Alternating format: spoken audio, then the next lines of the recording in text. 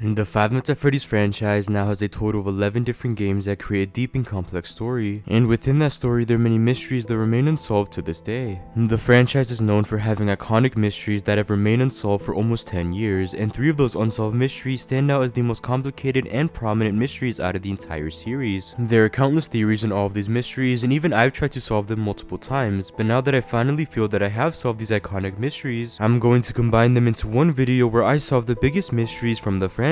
So in this video, I'm going to solve the Bite of 87, what's inside the Fnaf 4 box, and finally, who is Old Man Consequences. So let's get started and finally solve these iconic mysteries. Starting with the Bite of 87, it's arguably the biggest mystery from the entire franchise that still hasn't been answered, and it's been here since the very first Fnaf game back in 2014, meaning this mystery has been unsolved for 10 years, so let's finally attempt to solve it. In order to solve this mystery, I think it's important to understand the main animatronics that people theorize may have caused the incident. These 5 animatronics all give plenty of reasons for people to think they may have caused the incident, with those 5 animatronics being Fredbear, Mangle, Foxy, Toy Bonnie, and Toy Chica. Starting with Fredbear, here's everything we know and why I can say for a fact that Fredbear is not responsible for the Bite of 87. People seem to confuse the Bite of 83 with the Bite of 87, but here's the difference. During a birthday party, the crying child, also known as Evan Afton, was thrown into the mouth of Fredbear by his older brother Michael Afton. His tears caused the spring lock suit to malfunction and resulted in the jaw of Fredbear clamping down, which caused the Bite of 83. We know this incident happened in 1983 because of the various Easter eggs in many games.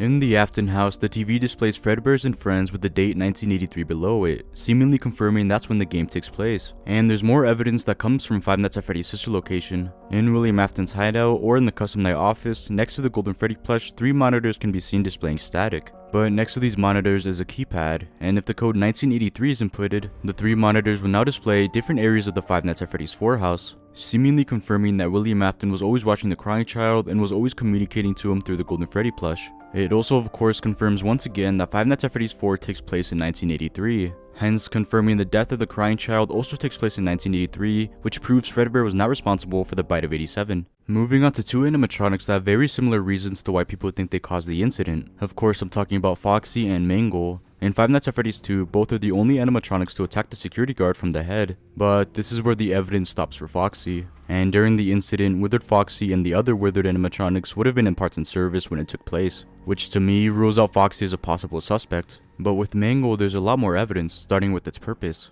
Mangle is an attraction where the kids constantly dismantle it, which would possibly give it a motive to attack someone. Moving on to the gameplay, when Mangle's in the office, radio static can be heard and the static may have a decrypted message.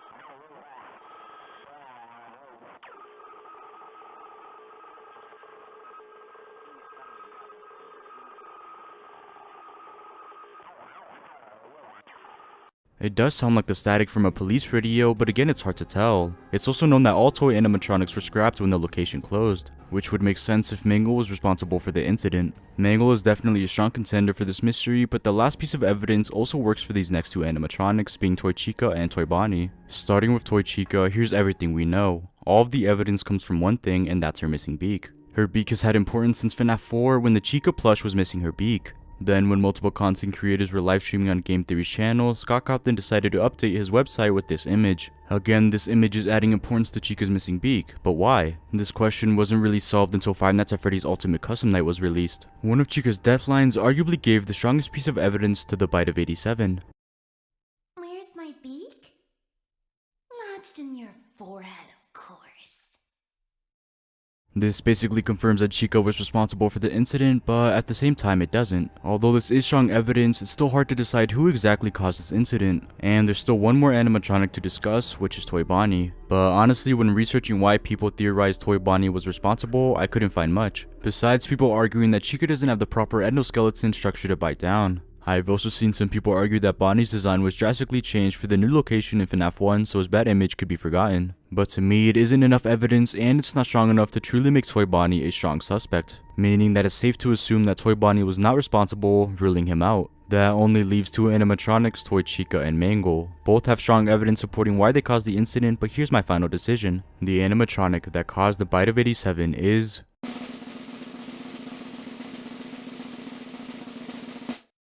Mangle.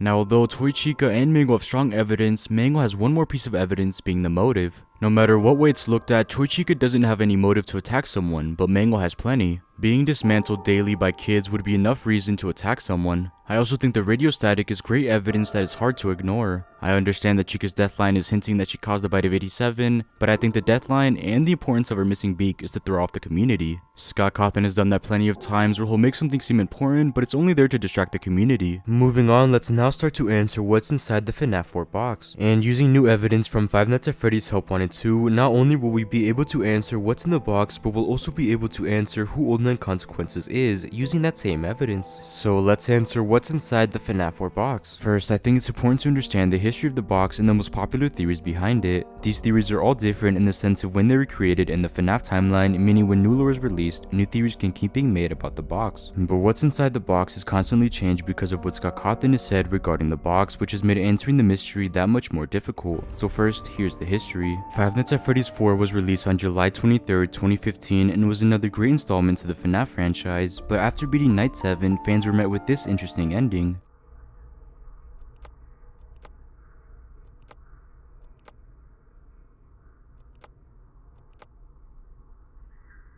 The ending was just a lockbox with this text above it. Perhaps some things are best left forgotten for now. This ending completely confused the fandom, with no one able to figure out what was inside or even understand the meaning of it. Although Scott Cawthon was going to open the box in the Halloween update, which included different animatronic designs and harder nights, but decided against it and instead released a statement on Steam. He decided not to open it because no one was able to figure out what was inside. For the first time in the franchise, no one was able to answer this mystery, and Scott Cawthon wanted to keep it that way. But from his statement, two things stuck out to fans, and now these two claims are the fundamentals for each theory. Scott claims that what's inside the box are the pieces put together, but would the community accept it that way? And like I already mentioned, he also claimed that what's inside the box has changed over the years as more FNAF lore has come out, and this first theory was widely popular right after FNAF 4's release. This theory is also regarded as the most popular theory, being that the box contains the body of the crying child, and honestly it did make a lot of sense. In the ending of FNAF 4, when the crying child is presumably in the hospital, William and Michael Afton give their final words to him, and that's when William Afton tells the crying child, "I will put you back together." To me, I see this line relating to Five Nights at Freddy's sister location. We know that William Afton was experimenting with Remnant, and in one of the offices there's even what appears to be a child's robot head. It's possible that William Afton was attempting to bring back the crying child using Remnant and robot parts. He's forgetting about his son until he finds out how to bring him back. He's putting his son back together by putting the pieces together. This theory works with every clue and statement Scott Cawthon has released, and I think it was the most logical theory at the time, which would have been right after the release of Sister Location. But now this theory feels outdated with all of the new lore revealed, so this next theory makes much more sense. This theory became popular after the release of Five Nights at Freddy's Pizzeria Simulator, and the theory is that the box belongs to Henry, not William, and that the box contains paragraph 4, or the plans for Henry to take down William Afton and Fazbear's Entertainment. This theory definitely revolves around the newest lore, and because of this, many fans might not be okay with the box not even belonging to William Afton, and Henry's plan directly relates to Scott Cawthon's statement that what's inside are simply the pieces put together. Henry's plan was to bring down Fazbear's Entertainment by piecing together the mystery of the missing children, the mystery of his daughter's murder, and of course the mystery of how the souls of the children possess the animatronics. He's putting the pieces together to finally defeat William Afton. In regards to the text from the actual ending, it matches perfectly with this theory as well. It's possible that after Henry's daughter was murdered, Henry chose to lock his plans in this box and forget about them until he was able to enact them. And personally, I think this theory was the most accurate considering all of the lore and story that had been revealed to us at that point. But again, the box still hasn't been opened, and like I previously mentioned, the box was going to be opened in the Halloween update. There's even a way where you can remove the locks by clicking on them, and Scott Cawthon went out of his way to add this feature, but nothing came out of this until FNAF World. Now this is where my theory comes in, and to me, FNAF World actually serves as the biggest piece of evidence. Like the Halloween update, the box was planned to be opened at one point throughout the story, and we even got this image from the game files of the box fully opened. Now it's not 100% confirmed how the player would even get to this point, but either way, Scott Cawthon once more changed his mind and nothing ever came from it. But I think we can assume when this segment would have shown up in the game. Throughout FNAF World, you have to complete certain tasks that are reminiscent of FNAF 3's Happiest Day minigames that led to the happy ending. After completing those tasks, you are met with this ending.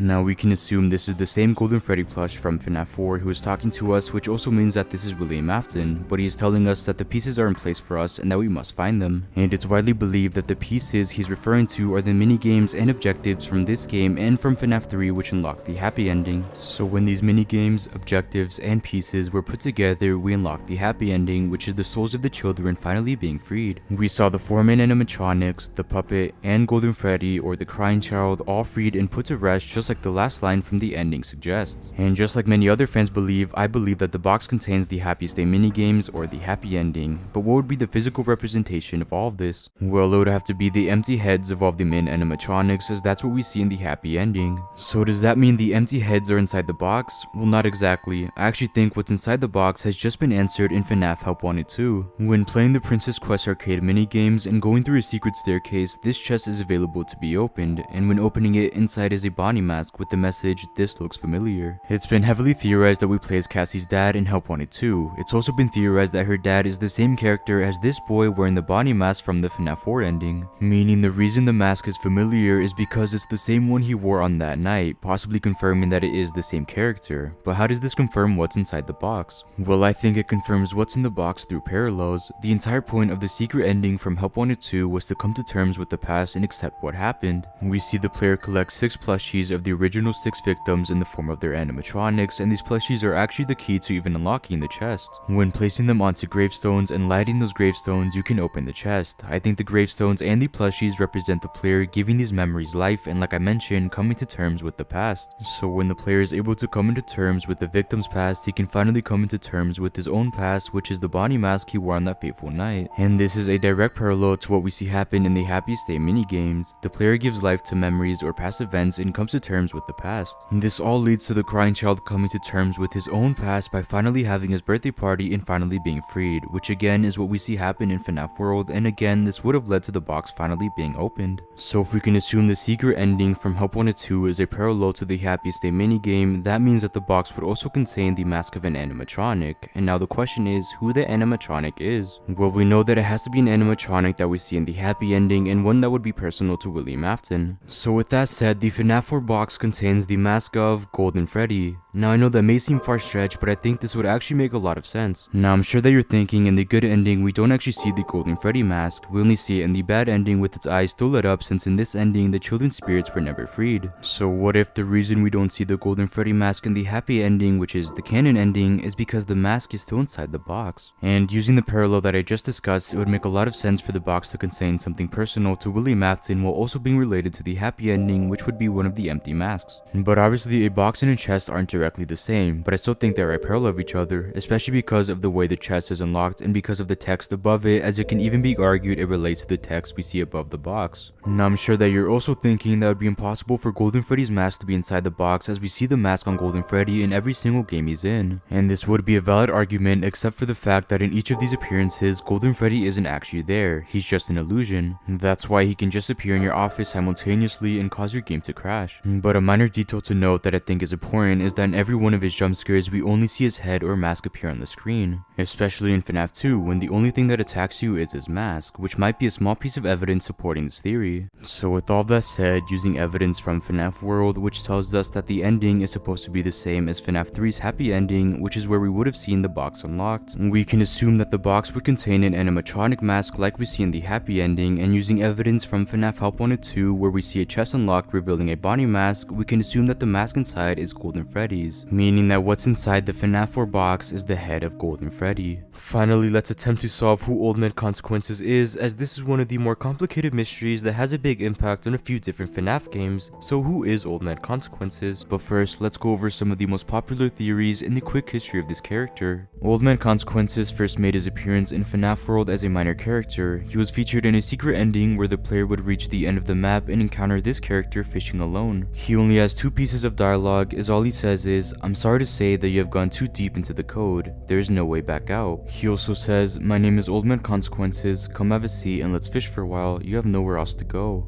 He then made his next appearance in Fnaf Ultimate Custom Night. To get this Easter egg, the player must set all animatronics to a rating of 0 and only keep Old Man Consequences at 1. Then when you are in the game and when you press a button to catch the fish, you will be taken to the Easter egg. Here you get the exact same screen as the one from Fnaf World, but this time Old Man Consequences has very cryptic and confusing dialogue. He first says, "Come and sit with me a while." He then says, "Leave the demon to his demons, rest your own soul, there's nothing else." After this, the player then walks into the lake, drowning themselves, and this is when the Easter egg ends. But what about this mystery is confusing? Well, I think it comes down to two things: who the Golden Freddy spirit is, and obviously who is Old Man Consequences. I also think with each of these questions there are two main popular theories, so here are my thoughts on which ones are correct. Starting with the easiest one, who is the Golden Freddy spirit? Well, the two most popular theories are that the spirit is the crying child or that the spirit is Cassidy, and I think the clear answer that most of the community has agreed on is that the Golden Freddy spirit is Cassidy. We know this because of the Fnaf 4 ending and because of the Fnaf 3 Happiest Day minigames. In the Fnaf 4 ending, the crying child is thrown into the mouth of Fredbear by his older brother Michael and is killed when Fredbear's jaw clamps down on his head. Although the crying child fell victim to one of William Afton's creations, he wasn't murdered by William like Cassidy was, which is an important fact I'll mention again later in this video. In the Fnaf 3 Happiest Day minigame, you play as the puppet as you go through a birthday party. You pass various kids with different animal masks until you reach the end where you find a child with his birthday cake crying. Then the crying child is seen wearing a Golden Freddy mask, and that's when all the children disappear and their masks fall on the ground. The 6 balloons then fly upwards, signifying the souls of the 6 children being freed and finally at peace. Now this minigame is clearly supposed to represent the events of the Fnaf 4 ending. We see a birthday party with various children wearing masks, and at the face of it is the crying child. This makes sense as the crying child's happiest day was taken from him, but in this minigame he's finally able to have his birthday party. This also means that the crying child spirit is set free and is no longer controlling Golden Freddy, which also confirms that Cassidy is the spirit in control of Golden Freddy during Ultimate Custom Night and is the one torturing William Afton. This makes sense as, like I mentioned before, Cassidy was a direct victim of William Afton compared to the crying child who fell victim to one of his animatronics. Cassidy has a motive to torture William Afton, while the crying child just simply doesn't. All he wanted was his birthday party away from the animatronics, so vengeance just seems out of character for him. But moving on, who is Old Man Consequences? Well, the two biggest theories are that he's either Henry Emily or Michael Afton, and there's plenty of evidence that supports both theories. But first, let's look at Henry Emily. The biggest reason why many people believe that Old Man Consequences is Henry, and what it simply comes down to, is their similar behavior and language.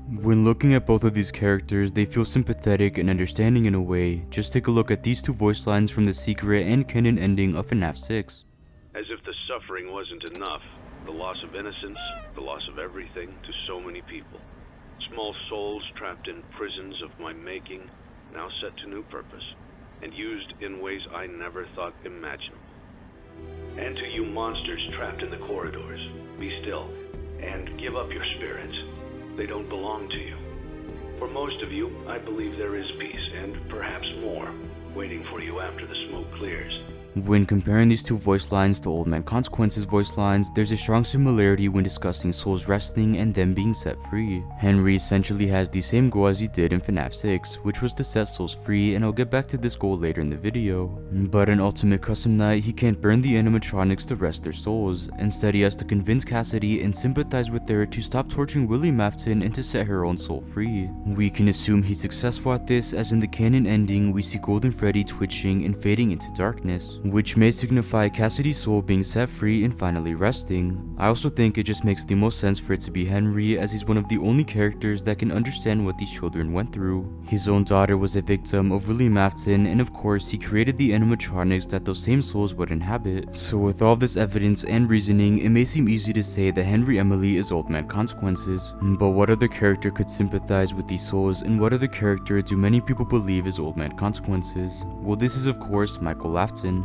Again, the reasons many people believe he is Michael Afton are similar to Henry, but this theory really only works if the Golden Freddy spirit was the crying child. If this were the case, Michael Afton would be sympathizing with his younger brother, urging him to stop torturing their father and to rest his own soul. Now, all of this would make sense and would actually be a form of closure for Michael Afton and the crying child, as the last time they saw each other was on the crying child's deathbed, but this would again give them closure. And personally, I really do like this theory, but when looking at all the evidence, it's clear that the Golden Freddy spirit spirit is Cassidy and she has no relation to Michael Lafton. So now that we know the Golden Freddy spirit is Cassidy and that Old Man Consequences has to be Henry Emily, how does FNAF Help Wanted 2 support these claims? Well, in the secret ending, we see this character before entering the scissor location elevator, and it's this character who we trade the Vanny mask for the glitch trap plush, which we then give to Vanessa so she can destroy him. Now in the game files, this character is actually labeled as Old Man Consequences, confirming this is the same character we saw in FNAF World and in FNAF Ultimate Custom Night. And the princess who we also see and play as in this game had already been labeled in the past game files as Cassidy. So once more in the franchise, we're seeing Cassidy and Henry Emily interacting. But this time Henry isn't helping Cassidy or any of the other spirits, he's helping Vanessa be freed and he's helping Cassie's father to accept his past. But I'll get back to this soon. Like I already mentioned, Vanessa was freed in the ending when she destroyed Glitchtrap, freeing herself from his control. And this wouldn't have been possible without Old Man Consequences providing the actual Glitchtrap plush. But how did he help Cassie's father? Well, it's been heavily theorized that we play as Cassie's father in this game, and it's also been theorized that her dad is the same character as this boy wearing the Bonnie mask from the FNAF 4 ending.